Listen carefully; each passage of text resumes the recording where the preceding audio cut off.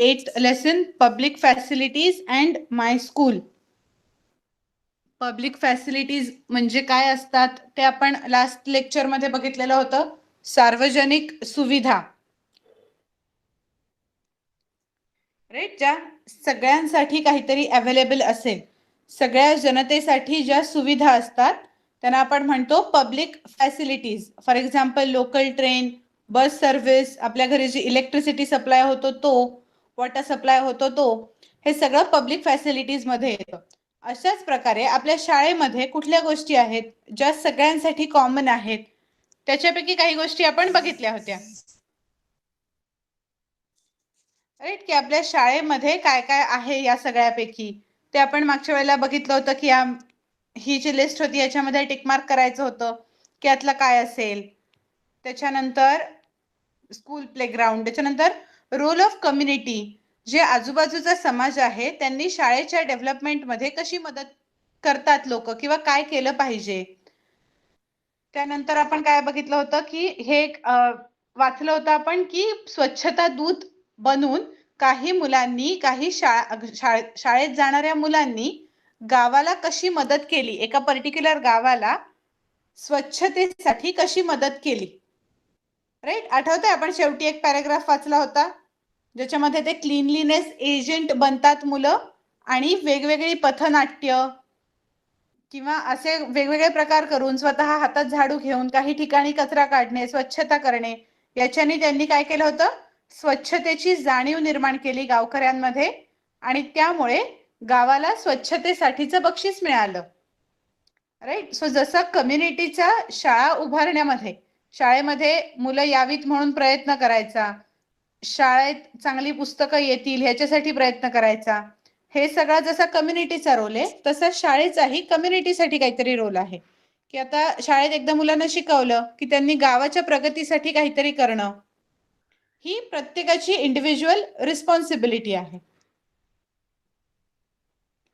So now the next is, can you tell which topics were discussed in a parent teacher meeting that you could observe? तुमच्या शाळेत पण parent teacher meeting होत असतील, पालक आणि शिक्षकांच्या, करेक्ट, अंतर आहे, रेड द पॅराग्राफ दॅट, पालकांच्या आणि शिक्षकांच्या मीटिंग्स होत असतील तर तेव्हा साधारण कुठले टॉपिक डिस्कस केले जातात? कोणी माइक ऑन करून सांगेल? You can use any language you are comfortable with. You can talk in English or Marathi or Hindi.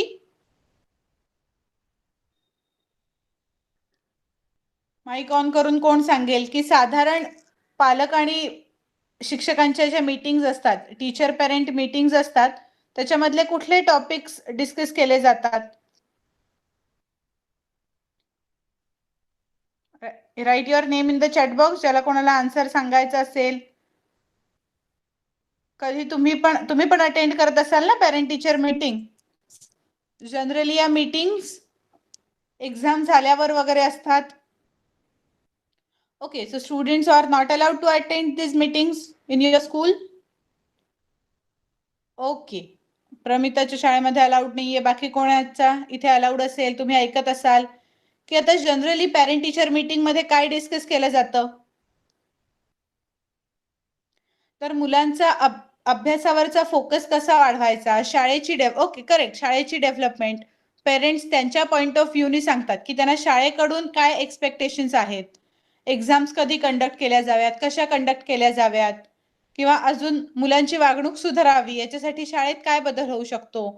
शिक्षक सांगतात की त्या पर्टिक्युलर एखाद्या विद्यार्थ्याची खूप दंगामस्ती आहे, कोणाचा चांगला अभ्यास आहे, तर त्यांनी कशी अजून त्या मुलाची, त्या स्टुडंटची प्रगती कशी होऊ शकते, ह्या गोष्टी शाळेत सांगितल्या जातात. ह्या पेरेंट टीचर मीटिंग मध्ये मोस्टली डिस्कस केल्या जातात. Which important decisions were made at this meeting? तर आता जनरली कुठले इम्पॉर्टंट डिसिजन्स घेतले जातात या मीटिंग मध्ये? तर स्टुडंटच्या भल्यासाठी, विद्यार्थ्यांच्या भल्यासाठी काहीतरी डिसिजन्स ह्या मीटिंग मध्ये घेतले जातात. पेरेंट्सच्या पॉइंट ऑफ व्ह्यूनी आणि टीचर्सच्या पॉइंट ऑफ व्ह्यूनी कसं त्या पर्टिक्युलर स्टुडंटसाठी किंवा सगळ्या इन जनरल स्टुडंटसाठी काय बेनिफिशियल आहे ते ठरवलं जातं. Did your friends parents all attend this meeting? सगळे साधारणपणे आपल्या इथे असं होतं की पेरेंट टीचर मीटिंगला सगळे पालक येतातच आणि अटेंड करतातच. So all schools have a parent teacher association and a माता पालक संघ. They bring about a dialogue between parents and teachers. ह्या ज्या पेरेंट टीचर्स मीटिंग असतात ह्या कशासाठी असतात बेसिकली की त्या विद्यार्थ्याशी रिलेटेड मेन पहिले त्याचे पेरेंट्स असतात आणि टीचर्स असतात डायरेक्ट कॉन्टॅक्टमध्ये. सो प्रत्येक विद्यार्थ्याला चांगलं घडवण्यासाठी शाळा असते आणि आपले पालक सुद्धा आपल्याला चांगलं घडवण्यासाठीच प्रयत्न करत असतात. म्हणून या दोघांच्यात सतत काहीतरी मीटिंग्स होत असतात, काहीतरी डिसिजन्स घेतले जातात की ज्याच्यामुळे त्या स्टुडंटचं लाईफ चांगलं होईल. Parents can help in various activities of the school. बरोबर, पालक बऱ्याचशा स्कूलच्या ऍक्टिव्हिटीजमध्ये, काही ठिकाणी असंही होतं की पेरेंट्सचं ऍक्टिव्ह पार्टिसिपेशन असतं गॅदरिंग्समध्ये वगैरे. एखादा समज एखाद्या विद्यार्थ्याचे आई वडील कोणीतरी, आई समज चांगली डान्सर आहे तर ते मुलांसाठी डान्स बसवून देणं किंवा मुलांचं नाटक बसवणं हे काम पेरेंट्स करू शकतात. कुठली ऍक्टिव्हिटी स्कूलमध्ये अरेंज केली आहे तर त्याच्यासाठी पेरेंट्स ऍक्टिव्हली पार्टिसिपेट करतात. The school respects all parents alike. Right, सगळ्या पालकांना शाळेमधून सारखाच आदर मिळतो, कोणाचे पेरेंट्समध्ये असं कंपॅरिझन होत नाही. We must also inform our parents about the happenings in the school. Right, so तुम्ही सांगता ना घरी शाळेमध्ये काय काय होतं ते घरी आल्यावर आपल्याला कायम उत्सुकता असते आई बाबांना सांगायची, असते की नाही? शाळेत काय काय झालं, पहिले घरी आले आले असे भरपूर बडबड होत असेल की ज्याच्यामध्ये एका मागोमागे एक सलग आपण आईला बाबांना कोण जे समोर असेल त्याला आपल्याला उत्साह असतो सांगायचा. So it should happen daily. रोज हे तुम्ही सांगितलं पाहिजे की शाळेत काय काय झालं, काय नवीन शिकलात किंवा काय दंगामस्ती झाली, काय काय ओव्हरऑल जे काही झालं असेल, शिक्षक काय म्हणले, तुमचा मित्र मैत्रिणी तुम्हाला काय बोलले, तुम्ही त्यांना काय म्हणलात, हे सगळं आपण इंटरॅक्शन घरी डिस्कस करतो पालकांबरोबर, which are important always. We learn with the help of both teachers and parents. Right, आपलं जे शिक्षण आहे ते फक्त असं होतं का की शाळेत जाऊन शिकलं विषय संपला, आपल्याला घरी येऊन आपले आई बाबा पण आपल्या अभ्यासात मदत करतात. राईट, जसे शिक्षक आपल्याला शाळेत अभ्यासाला थोडीशी मदत करतात तसे घरी आपल्याला पालक सुद्धा थोडीशी मदत करतात आणि त्यामुळे आपण जे काही शिकतो ते आपल्या शिक्षकांकडून आणि पालकांकडून दोघांकडूनही सतत शिकत असतो. Their interactions are to our benefit. अर्थात आपल्या स्टुडंट्सच्या बेनिफिटसाठीच ही जी पॅरेंट टीचर मीटिंग अरेंज केली जाते ती असते. Always remember, education is a fundamental right of every child. हे आपण मागच्या वेळेला पण बघितलं होतं. शिक्षण हा प्रत्येकाचा मूलभूत अधिकार आहे. राईट, प्रत्येकाला शिक्षण घेण्याचा पूर्ण अधिकार आहे. कोणीच शिक्षणापासून कोणाला कोणी थांबवू शकत नाही कशाच्याच बेसिसवर. सो पेरेंट्स पार्टिसिपेशन ह्याच्यामध्ये दिलंय, a parent teachers music, a parent conducts a drill. So parents, मगाशी जसं मी म्हणलं की एखादा पेरेंट कशामध्ये तरी एक्सलेंट आहे, गाणं शिकवण्यामध्ये, डान्सिंग, नाटक बसवणं, तर ह्याच्यामध्ये पेरेंट्सचं ऍक्टिव्ह पार्टिसिपेशन असतं ह्या केसमध्ये. So what we have learned in this particular lesson, we must use public services and facilities responsibly. आपण पहिल्यांदाच हे बघितलं होतं, ज्या काही सार्वजनिक सुविधा आहेत त्या नागरिकांसाठी केलेल्या आहेत, त्या जनतेसाठी केलेल्या आहेत, त्या जबाबदारीने आपण त्या वापरल्या पाहिजेत. राईट, आठवतंय आपण जेव्हा कुठल्या आपण बसने प्रवास करतोय, गार्डन मध्ये गेलो, आपण असं बोललो होतो की आपण तिथे जाऊन कचरा फेकला तर त्याचा त्रास शेवटी कुठल्या ना कुठल्या नागरिकालाच होणार आहे. त्यामुळे ज्या कुठल्या पब्लिक सर्व्हिसेस आणि फॅसिलिटीज आपल्यासाठी गव्हर्नमेंट देतं त्यांचा आपण तितक्याच जबाबदारीने वापर केला पाहिजे. Schools lend a hand in the development of the community. जसं कम्युनिटी शाळेच्या डेव्हलपमेंटसाठी काहीतरी मदत करते, शाळा सुद्धा कम्युनिटीच्या डेव्हलपमेंटसाठी काहीतरी मदत करते. Every child has the right to go to school and learn. प्रत्येक लहान मुलाला शाळेत जाण्याचा आणि अभ्यास करण्याचा पूर्णपणे अधिकार आहे. तो त्याचा मूलभूत हक्क आहे. Okay, so now with this we have finished this particular lesson, public facility and school. Now we will learn about the exercise. आपण हा इथला जो exercise आहे तो solve करून घेऊया. Fill in the blanks. First question, we must use facilities.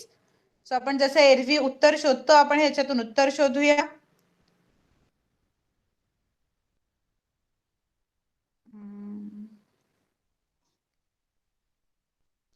Okay, we must use this. हे बघा इथे आन्सर आहे.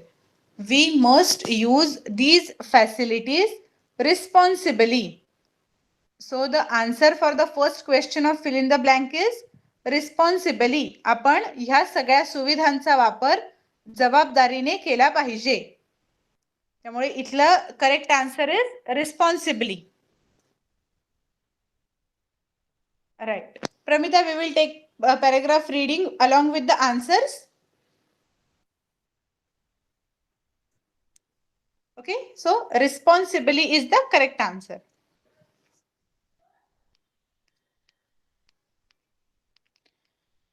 पुढचं, the school is our dash outside our house. कुठे आहे हे? the school is our, याचा आन्सर आपण बघूया. the school is our world outside our house. Correct. आपल्या घराच्या बाहेरचं आपलं जग असते आपली शाळा. करेक्ट.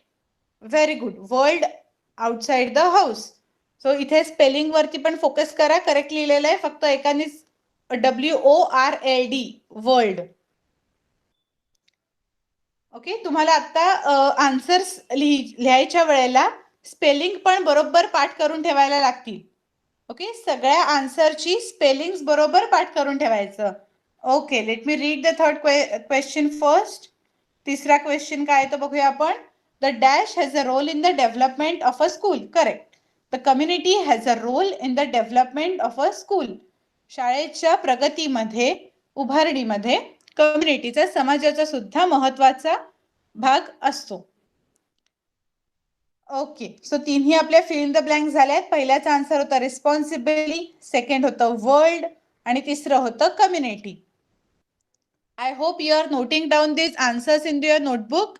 तुम्ही ही आन्सर तुमच्या वहीमध्ये लिहून ठेवा, कारण एक्झामच्या वेळेला तीच वही तुम्हाला लगेच रेफर करता येईल आणि आन्सर समोर राहतील. एक्झामच्या वेळेला परत वेगळी आन्सर्स शोधत बसायची गरज राहणार नाही.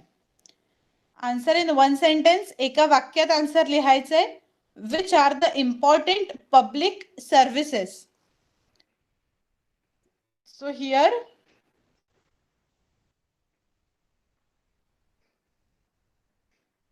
important public services include postal service, telephone, fire brigade, police, banks, theaters, parks, gardens and swimming pools. Okay, next अजून बाकी water supply, electricity supply, health service ह्या सुद्धा आहेत. राईट. सो तुम्हाला ह्याची एकत्रित लिस्ट बनवायला लागेल. The list will include water supply, electricity supply जो ह्या पॅराग्राफ मध्ये आहे, water supply, electricity supply, health service, education, transport आणि also postal service, telephone, fire brigade, police, banks, theatres, parks, garden, swimming pools. ही complete list तुम्हाला इथे answer मध्ये द्यायला लागेल.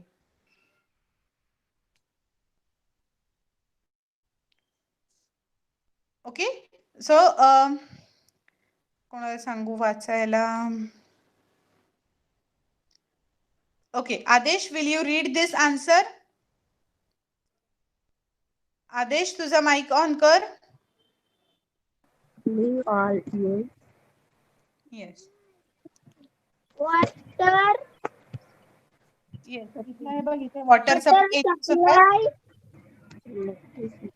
Electric supply, health services,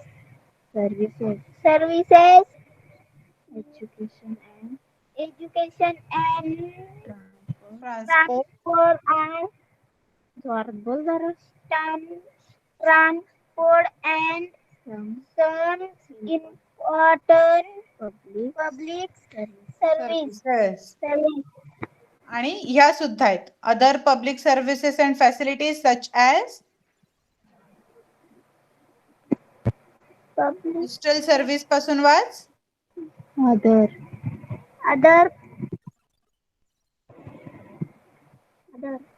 no other public services other public services are postal Main. Service made for telephone email. दुसरं म्हणतात teacher. हे बघ इथलं वाच हे बघ आपल्याला कुठल्या कुठल्या सर्व्हिसेस पब्लिक सर्व्हिस आपण बघतो त्या वाचतोय ना तर पोस्टल सर्व्हिस आपण मगाशी काही वाचल्या वॉटर सप्लाय इलेक्ट्रिसिटी सप्लाय आता बाकीच्या सर्व्हिस कुठल्या postal service telephone fire brigade okay till swimming pools हे राईट आन्सर आहे याचं हे अख्खं सगळं वन लाईन आन्सर मध्ये यायला पाहिजे या सगळ्या सर्व्हिसेस इन्क्लुडेड आहेत ओके माईक ऑफ केलास तरी चालेल आदेश So now we will move on to the next and second question. What right does each child have? याचं हे आन्सर आहे Every child has the right to go to school and learn.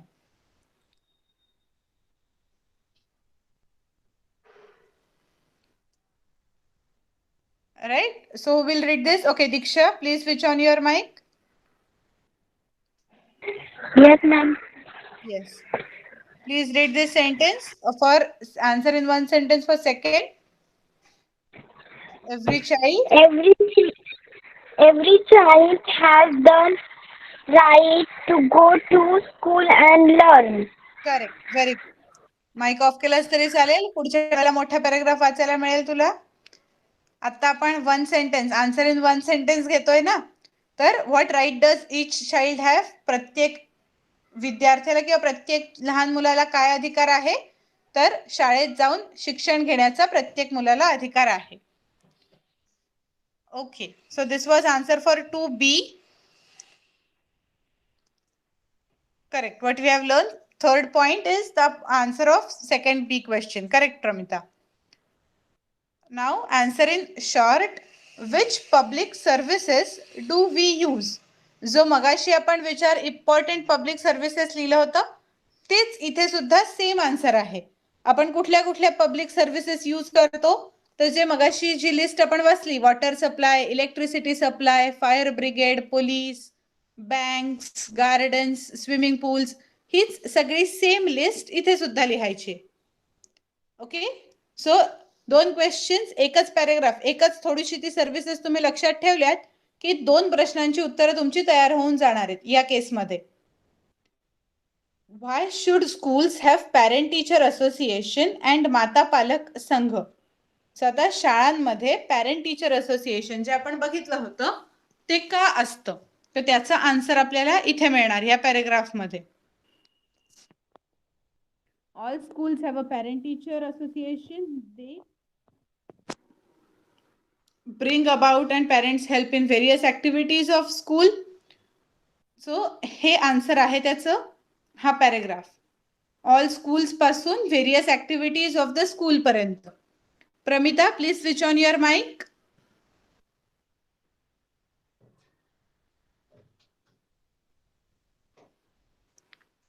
Pramita? Yes, ma'am. Yes, okay. Read this answer from all schools. Yes, ma'am.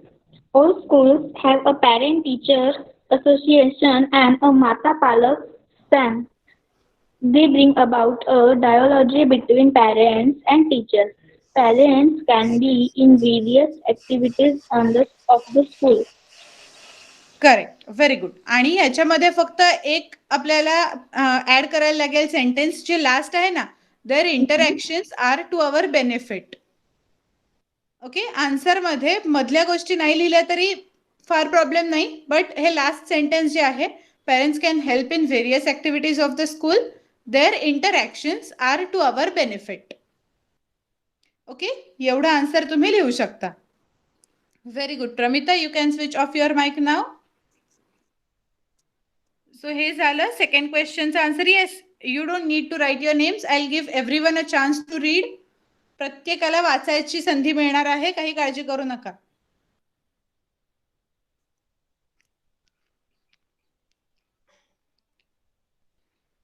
Okay, so हे आपण दोन्ही answers बघितली. Which public services do we use, आणि second पण सगळ्याचे answers कळली आहेत.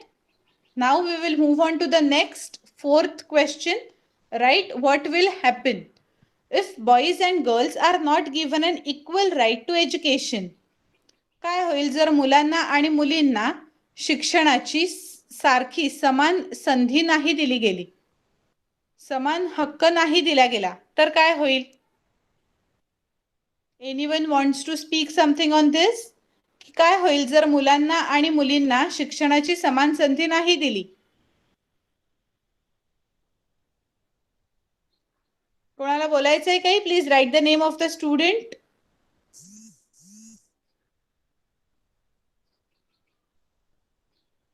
तुम्हाला हवं ते तुम्ही माइक ऑन करून सांगू शकता तुमचा व्ह्यू काय आहे. Environment not balance. पण मुला मुलींना शिक्षणाची संधी नाही दिली तर एन्व्हायरमेंटचं कसं काय होईल? समज मुली मुलांपेक्षा जास्ती शिकतायत,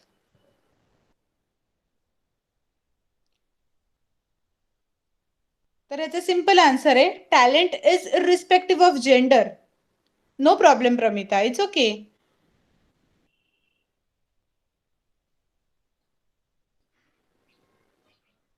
आन्सर देण्याचा प्रयत्न करणं जास्ती गरजेचं आहे, राईट? तर आता कसं आहे की मुलांना किंवा मुलींना जर आपण शिक्षणाची संधी, आता एखादी व्यक्ती हुशार आहे की नाही हे त्याच्या जेंडरवरून डिसाईड होत नाही ना. ती मुलगी आहे म्हणून ती हुशार नसेल, किंवा तो मुलगा आहे म्हणून तो हुशार नसेल, असं काही नसतं, right? Talent can be present in anyone. It is irrespective of gender, की मुलगा असू दे नाही तर मुलगी असू दे, जो हुशार आहे ती व्यक्ती हुशार आहेच आहे. जर शिक्षणाची संधीच दिली नाही तर आपल्याला त्या व्यक्तीची हुशारी, त्याची कपॅबिलिटी हीच कळणार नाही, right? Not only with respect to studies. जे काही बाकीचे असतील, ज्या काही कलागुण असतील, ते प्रत्येकामध्ये वेगवेगळे असतात आणि ते बेसिक शिक्षणातून पुढे कळत जातात. म्हणून it is necessary to give equal right to girls and boys for education. आणि जर असं नाही दिलं गेलं, जर प्रत्येकाला शिक्षणाची संधी इक्वली नाही दिली गेली, तर आपल्याच नुकसान होईल की आपल्यामध्ये जी हुशार लोक आहेत त्यांची हुशारी आपल्या समोरच येणार नाही. Correct. If the community does not help the school. जर आजूबाजूच्या लोकांनी शाळा उभारणीसाठी किंवा शाळेच्या डेव्हलपमेंटसाठी काही मदतच नाही केली, तर काय होईल?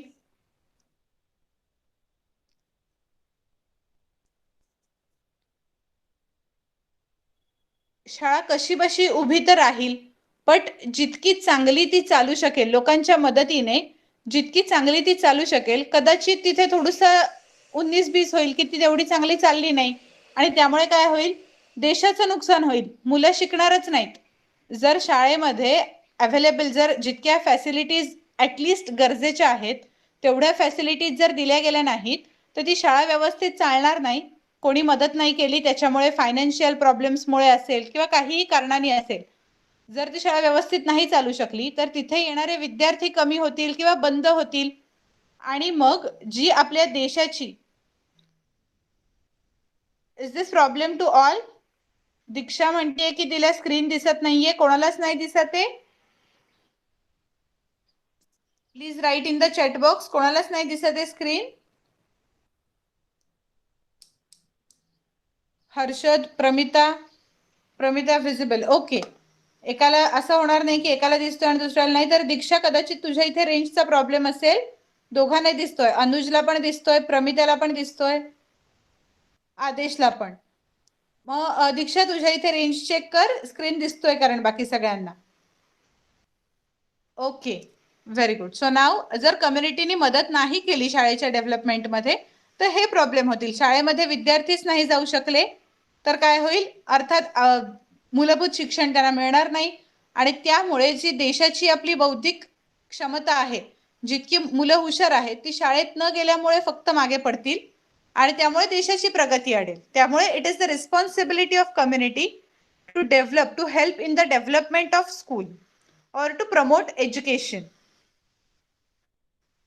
Next, if public services and facilities are not used responsibly. आपण हे मागच्या लेक्चरला पण डिस्कस केलं होतं की जर ज्या पब्लिक सर्व्हिसेस आहेत त्या आपण जबाबदारीने वापरल्या नाहीत तर त्याचा त्रास हा गव्हर्नमेंटला नाही होणार, जनतेलाच होणार आहे. आपल्यासाठी तयार केलेल्या सुविधा आपण व्यवस्थित नाही वापरल्या तर ज्यांनी सुविधा तयार केल्या आहेत त्यांना काही इश्यू नाहीये, त्यांनी करून दिल्या आहेत. त्या वापरायच्या कशा हे शेवटी ठरवणारी जनता आहे, हे शेवटी ठरवणारे नागरिक आहेत की त्यांनी आपल्यासाठी जर कोणी चांगलं काही करतंय तर त्याचा चांगल्या हेतूने व्यवस्थित वापर करणंच एक्सपेक्टेड आहे. ओके, सो आता अशा रीतीने आपला हाफ कंप्लीट लेसन संपलेला आहे. So now we can start with our next lesson. आपण पुढच्या लेसनला स्टार्ट करूया because we have ample time with us. आपल्याकडे भरपूर वेळ आहे अजून, त्यामुळे आपण पुढच्या लेसनला स्टार्ट करूया. The next lesson is maps our companions. Maps म्हणजे काय? नकाशा. नकाशा कसा आपल्याला वेगवेगळ्या अर्थाने हेल्पफुल ठरू शकतो. So now the land in our environment is not of the same height everywhere. आपल्या आजूबाजूला आपण एकदम सुरुवातीच्या काही लेक्चर्समध्ये बघितलं होतं, जी जमीन असते ती सगळीकडे सेम नसते, त्यांची हाईट प्रत्येक ठिकाणी वेगवेगळी असते. This unevenness gives rise to various land shapes creating different landforms such as mountains, valleys, plateaus, plains and islands. Right, आपण हे पण बघितलं होतं की सगळ्या ठिकाणी हाईट वेगवेगळी असते, सगळीकडे जमीन एकसारखी नसते. काही ठिकाणी ती सखोल असते, काही ठिकाणी ती थोडी उंचावर जाते आणि त्याच्यामुळे काय होतं, पर्वत, पठार, सपाट जमीन, व्हॅली म्हणजे दरी, खोल दरी, या सगळ्यांची निर्मिती होते कारण ती पर्टिक्युलर लँड सगळीकडे इव्हन नाहीये, सेम हाईटला नाहीये. You have studied this in the third chapter, correct? आठवलं आपण थर्ड चॅप्टर मध्ये हे सगळं डिस्कस केलं होतं जेव्हा आपण एअर, लँड, वॉटर हे अर्थ बद्दल बघितलं होतं. For a proper understanding of our environment it is necessary to study the physical और natural setup of the land. Right, आपल्याला जर एन्व्हायरमेंटचा स्टडी करायचा आहे, प्रत्येक ठिकाणचं पर्यावरण याचा जर आपल्याला अभ्यास करायचा आहे तर आपल्याला प्रत्येक ठिकाणी तिथलं फिजिकल और नॅचरल सेटअप म्हणजे तिथली जमीन ही कुठल्या प्रकारची आहे हे समजणं आपल्यासाठी गरजेचं असतं. राईट,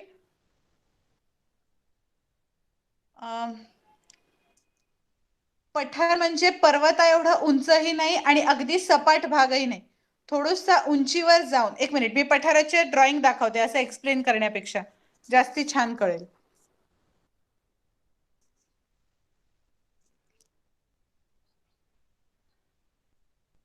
दिस इज पठार. ओके, जर अशी असेल तर ही सपाट जमीन आहे, असा असेल तर हा माउंटेन आहे. टोक न येता हा जो भाग आहे हा पठाराचा भाग आहे. ओके, क्लिअर झालं?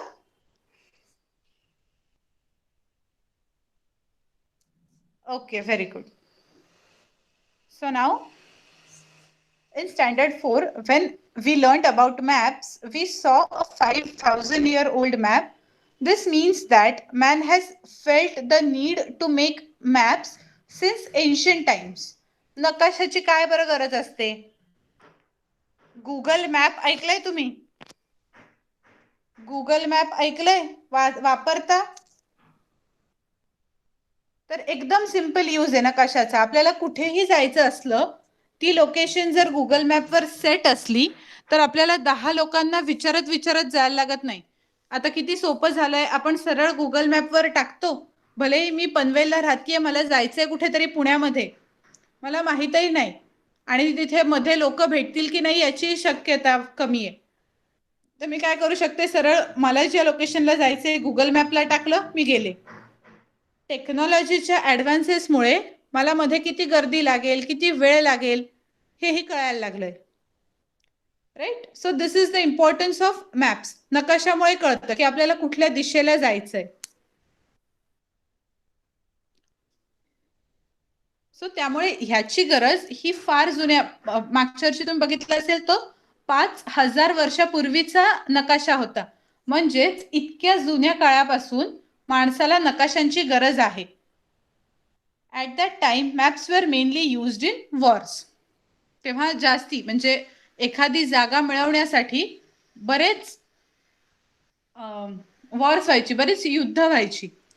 तर त्यामुळे काय व्हायचं की मेनली ह्या युद्धांसाठी ह्या नकाशांचा वापर केला जायचा की कुठे आपण कुठल्या रस्त्याने समोरच्या प्रदेशावर हल्ला करायला जाऊ शकू हे त्या मॅप्सच्या आधारे ठरवलं जायचं. While fighting a battle, it is important to have detailed knowledge of the terrain. आपण ज्या प्रदेशात जाणार आहे तिथे जिथे आपलं युद्ध ऍक्च्युअल होणार आहे त्या प्रदेशाबद्दल आपल्याला माहिती असणं गरजेचं आहे. त्या हिशोबाने आपल्याला आपली लोक, आपला जो अन्नसाठा आहे किंवा आपला काही तिथे युद्ध सामग्री आहे ती कशी न्यायची हे त्या लोकेशनवर डिसाईड केलं जातं.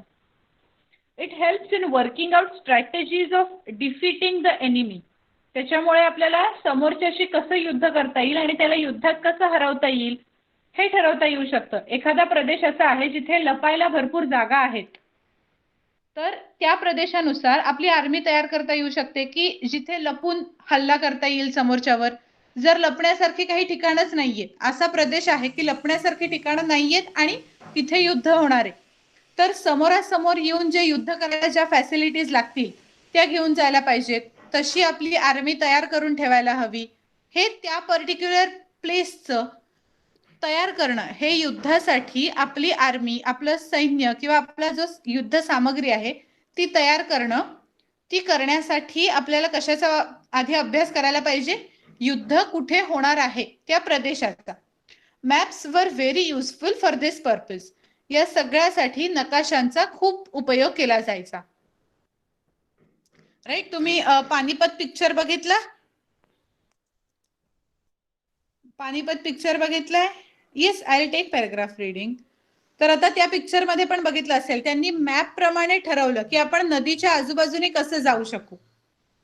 मध्ये नदी आहे, त्या नदीचा वापर आपण युद्धासाठी कसा करू शकू. राईट. तर आता त्यांना हे इमॅजिन तर नाही झालं, मॅप्स होते, मॅप्सचा वापर करून त्यांनी ठरवलं.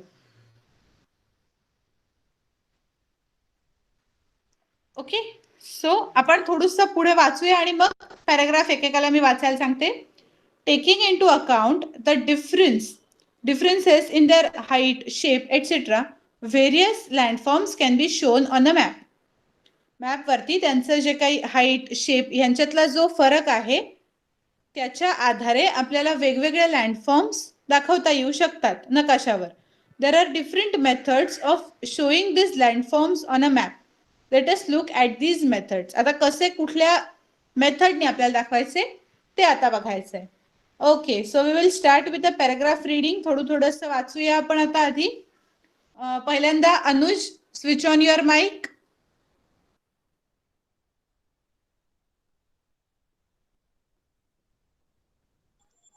Yes, teacher. Okay, very good. So please start reading. The land in our environment.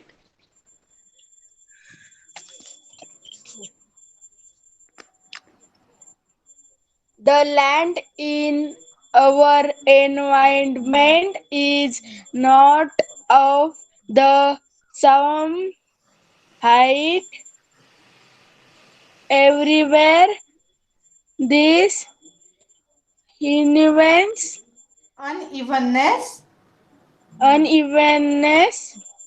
gives rise to various land shapes creating different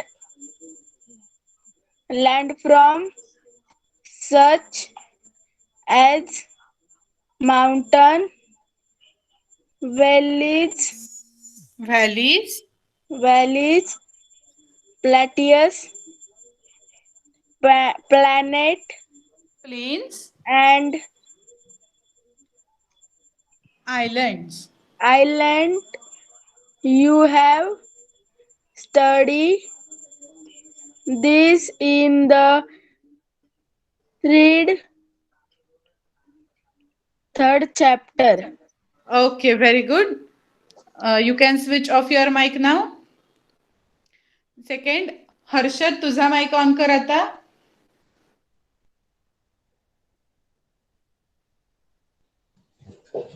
Yes. Yes. Please start reading from for a proper.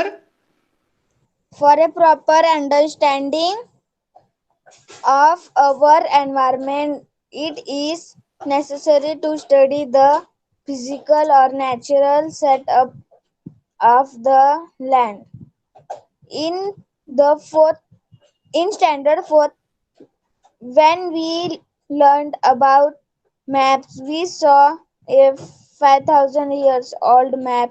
This means that man has left the need to make Felt maps science since since ancient times. ancient times. Very good. At that time, maps were mainly used in wars. While fighting a battle, it is important to have detailed knowledge of the terrain. Terrain. Okay, very good. You can stop now. Mic off Yes. केलास तरी चालेल. Next, Pramita, पुढचं तू वाच. Yes, ma'am. Please start from it helps in working. It helps in working out strategies of defeating the enemy. Maps were very useful for this purpose, taking into account the differences in their height, shape, etc. Various landforms can be shown on a map. There are different methods of showing these landforms on a map. Let us look at these methods. Okay, very good. You can switch off your mic now.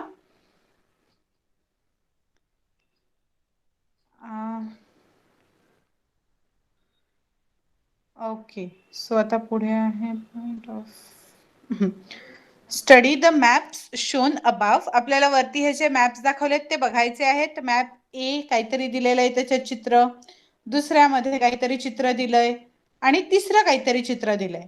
Okay, तिन्हीमध्ये काही basic differences आपल्याला दिसून येत आहेत. All three maps show the same area. तिघांमध्येही आपल्याला दिलेला area, ज्या particular भागाचा तो मॅप आहे, तो तिघांमध्येही सेम आहे. But they look different. Right, आपल्याला दिसतच आहे की प्रत्येक मॅप काहीतरी वेगळा दिसतोय. Study the maps and answer the following questions. In map A, how has the height of the land been shown.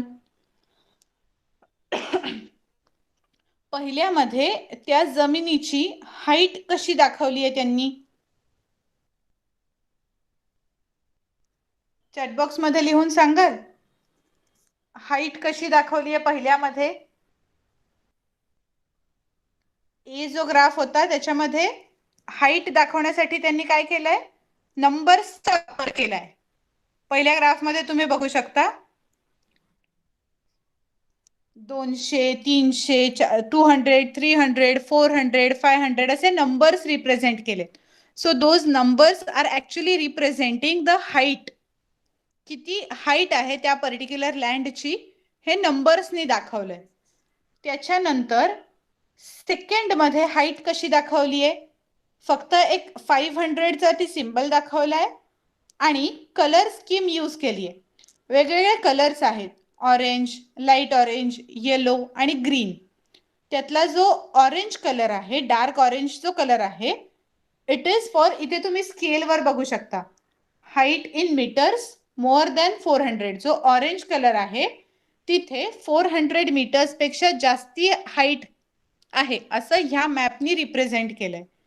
Okay, जिथे लाईट ऑरेंज कलर आहे त्या एरियामध्ये 300 to 400 मीटर एवढी हाईट आहे. Will check this with this graph. हे बघा, ह्यातला जो dark area आहे तो 500 आणि त्याच्या आजूबाजूचा 300 to 400 असं इथे नंबर्स मध्ये दाखवलंय आणि इथे कलर मध्ये इंडिकेट केलंय. जो येलो एरिया आहे तो 200 to 300 मीटर हाईट. इथे बघू शकतो आपण 200 to 300 आणि लेस दॅन 200 म्हणजे ऑलमोस्ट प्लेन एरिया जो येईल तिथे लेस दॅन 100 एवढी मीटर हाईट आहे असं आपल्याला मॅप बी प्रमाणे दिसतंय.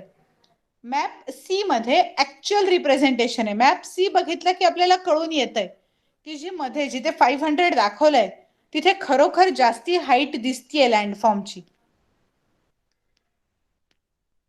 अरे, why have colors been used in map B आणि how is map C different from others? आपण तिन्ही बघितले. In which directions is the highest point in all the maps? कुठल्या डायरेक्शनला आहे बरं? डायरेक्शन म्हणजे दिशा. तर आता 500 हाईट ही कुठल्या डायरेक्शन मध्ये आहे?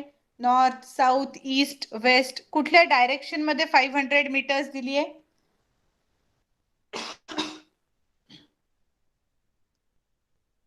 नॉर्थ, बरोबर, उत्तरेकडे आहे. तर आपल्याला कशावरून कळतंय? इथे बघा बरं, हे वरती हाईट जाणारी कुठल्या दिलंय? North direction. त्यामुळे हाईट वरच्या दिशेला आहे, that is north. In which map can the landforms be seen most clearly? सगळीकडे तर सी मध्ये व्यवस्थित दिसून येत आहे. ओके, सो नाव आपण आता कशाचा अभ्यास करणार आहे की let us look at the methods of showing landforms on map. जे आपण वेगवेगळे लँडफॉर्म बघितले ते मॅपवर कसे दाखवता येतील त्याच्या मेथड्स आता 3 आहेत, त्या आपण बघूया. The length and width of a landform can be easily shown on a piece of paper. However, the height and depth cannot be shown as easily. Right, आपण ज्या डायग्राम काढतो, तुम्ही ज्या मॅथ्स मध्ये किंवा असे जनरली जे आपण डायग्राम काढतो त्याच्यामध्ये आपल्याला लांबी रुंदी आरामात दाखवता येते, लेंथ आणि विड्थ. हाईट दाखवायची म्हणली कुठल्याही गोष्टीची की थोडासा प्रॉब्लेम होतो की हाईट कमी आहे की जास्ती आहे किंवा डेप्थ कमी आहे की जास्ती आहे, ही कशी रिप्रेझेंट करणार. सो त्याच्यासाठी there are different methods of showing the elevation or height of the land. प्रत्येक लँड किती उंचावर आहे हे दाखवण्यासाठी वेगवेगळ्या मेथड्स आहेत. So these 3 basic methods are contour line method, layer tinting method and digital elevation model. We will learn each method separately. So the first method of representing the landforms with respect to their heights is contour line method. So first, contour line method. This method is used to show the unevenness of landforms on a map. जो लँडफॉर्मचा अनइव्हननेस आहे तो मॅपवर दाखवण्यासाठी ही पहिली method आहे. The height of the land is measured from sea level. एक काहीतरी basic पाहिजे ना उंची मोजण्यासाठी. तुम्हाला जेव्हा शाळेमध्ये उंची मोजायची असते तेव्हा सगळ्यांना एका ठिकाणी उभं करतात, राईट. एकाला स्टूलवर उभं केलंय आणि एकाला जमिनीवर आणि म्हणायचं जो स्टूलवर उभा आहे त्याची उंची जास्त आहे. Is it correct? नो, एका सरफेसवर सगळे उभे पाहिजेत तरच आपण करू शकतो ना. तसंच लँडफॉर्म्सचं पण आहे. मी माउंटेनवर गेले आणि म्हणलं की हा माझा बेस आहे, ह्याच्यावरती जे असेल ते उंच, तर it is of no use. त्याच्यापेक्षा अजून जास्ती उंच काय असणार आहे? मी पर्वतावर उभी आहे. त्यामुळे जे बेसिक आहे ते काय कन्सिडर केलंय आपण? जमीन, सॉरी, समुद्राची पातळी, सी लेव्हल ही बेसिक कन्सिडर केली आहे आणि त्याच्या पुढे आपण हाईट्स डिफाईन करणार. Okay, so next points of the same height are identified. Their position is marked accurately on the map. Same हाईटला कुठले कुठले पॉइंट्स आहेत ते घेतले जातात आणि त्यांची पोझिशन नकाशावरती मार्क केली जाते. These locations are joined with a line. Such lines are called contour lines. ज्या अशा प्रकारे पोझिशन मार्क करून ज्या लाईन्स ड्रॉ केल्या जातील, such lines are known as contour lines. See map A. In the map, lines are drawn, each joining places of specific height. आता आपण परत एकदा A हा मॅप बघूया. ह्याच्यामध्ये वेगवेगळ्या प्लेसेस जॉईन केलेले आहेत एका पर्टिक्युलर हाईटच्या. ओके, आणि त्या जॉईन करून एक लाईन मध्ये कन्स्ट्रक्ट केली आहे. So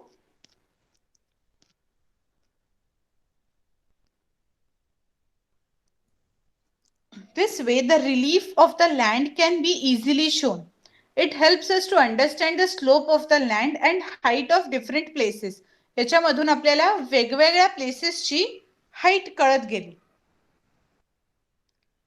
okay, so contour line method मुळे काय होतं की आता क्रॉस सेक्शन ऑफ हिल, आपण हिल समज एखादं बघतोय तर स्टीप स्लोप कसा आहे, तर आता प्रत्येक स्टीप स्लोप आहे, एकदम जास्ती उतार आहे तिथे, तर तो आपल्याला कॉन्टोर प्लॉटवर फक्त पॉइंट्स जॉईन करून कसा कळेल, कमी लाईन्स आहेत. बरोबर, जेंटल स्लोपला खूप कमी लाईन्स आहेत, जिथे लगेचच खाली उतरलंय तिथे वेगवेगळे पॉइंट्स नाही येणार जनरेट करायला, जोडण्यासाठी भरपूर पॉइंट्स नाही येणार, कारण हाईट पोझिशन वेगवेगळी नाही येणार. आणि स्टीप स्लोप मध्ये मात्र जिथे खूप सारा उतार आहे तिथे वेगवेगळ्या हाईटला बरेच पॉइंट्स येतील आणि बऱ्याच कंटोर लाईन्स फॉर्म होतील.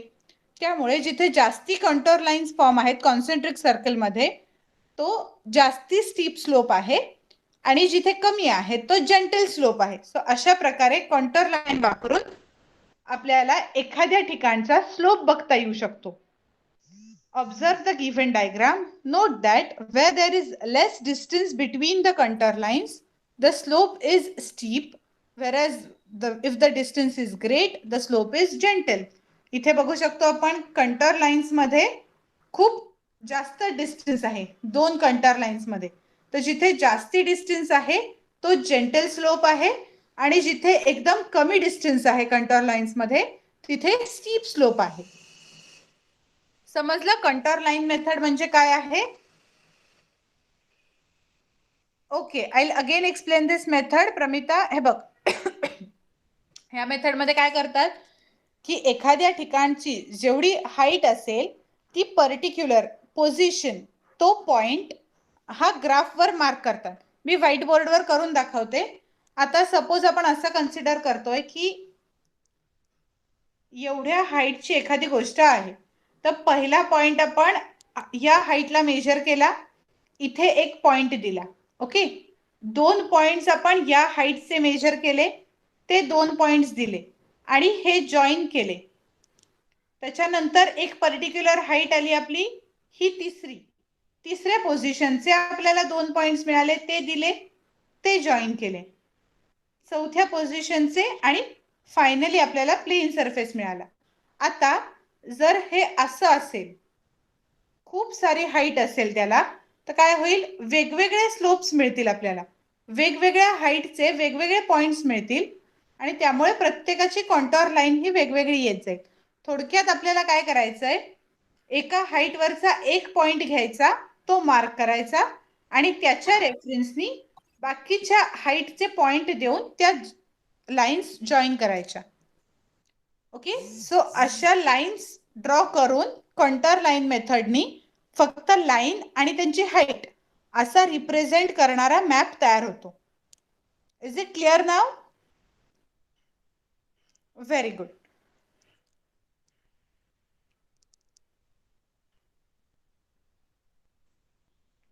So, Diksha, will you read this paragraph now?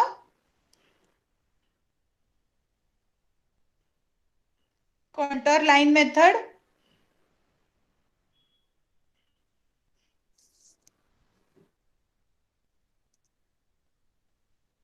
Diksha, please switch on your mic.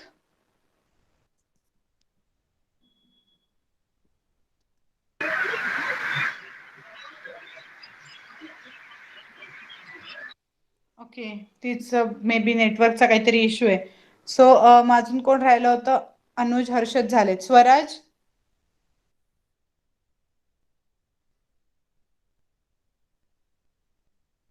Swaraj, switch on your mic. Okay, Diksha, तुझं नाव घेतलं होतं मी, पण तू मीटिंग मधून लीव्ह झालीस इश्यूमुळे. Who had switched on their mic? Okay.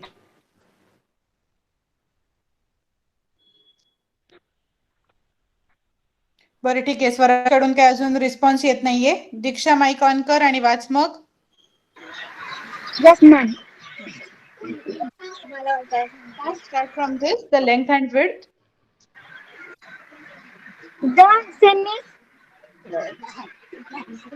The length and width of a landform can be is shown one On a on a piece of paper.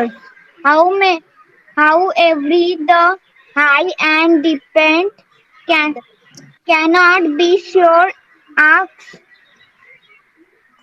easily. that are different windows of covering the elevations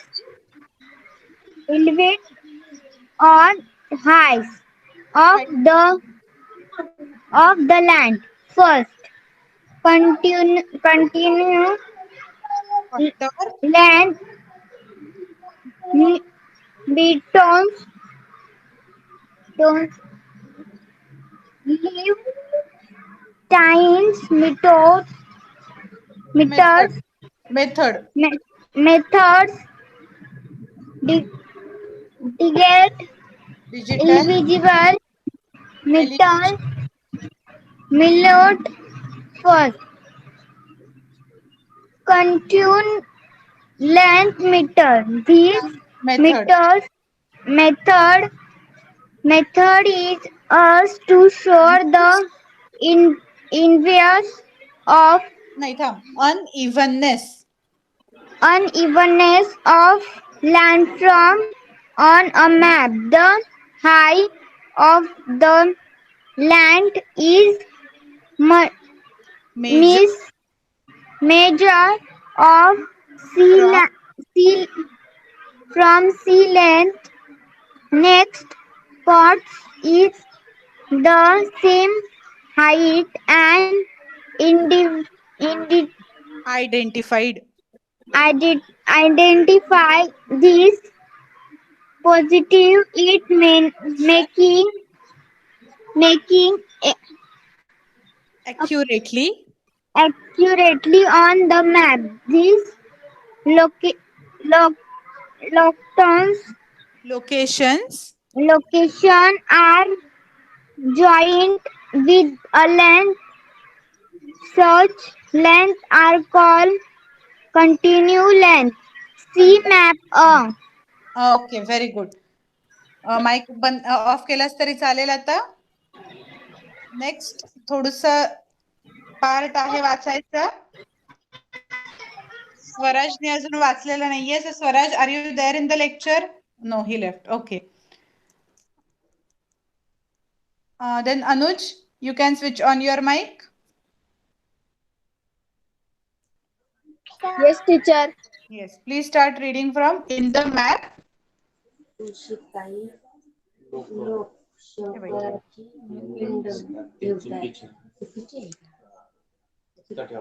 घरामध्ये हे होतं जरा The map. ते आता हल्ली तर ते नाही ठेवायचं ना, नाही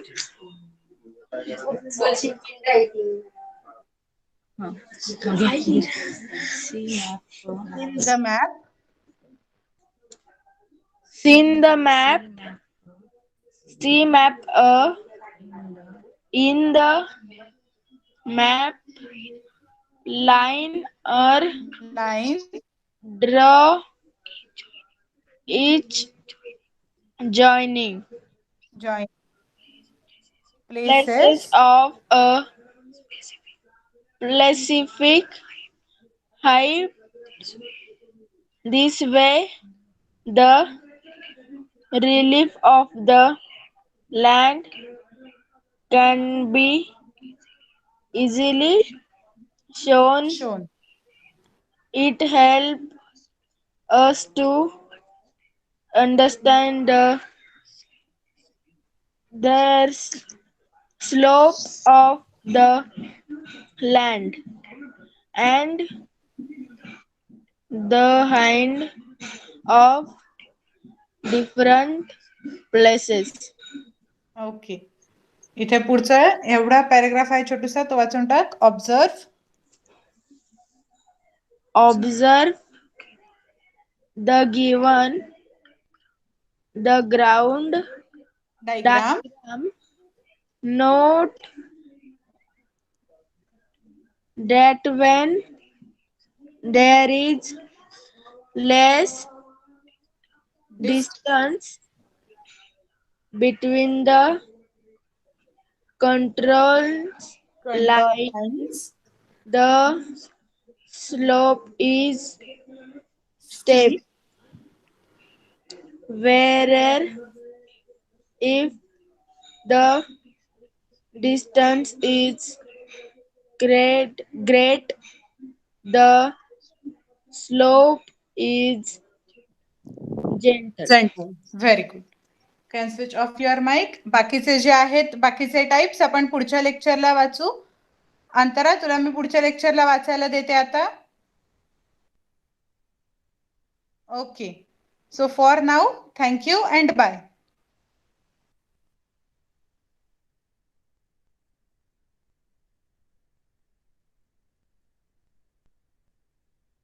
Bye, ma'am. Bye, ma'am.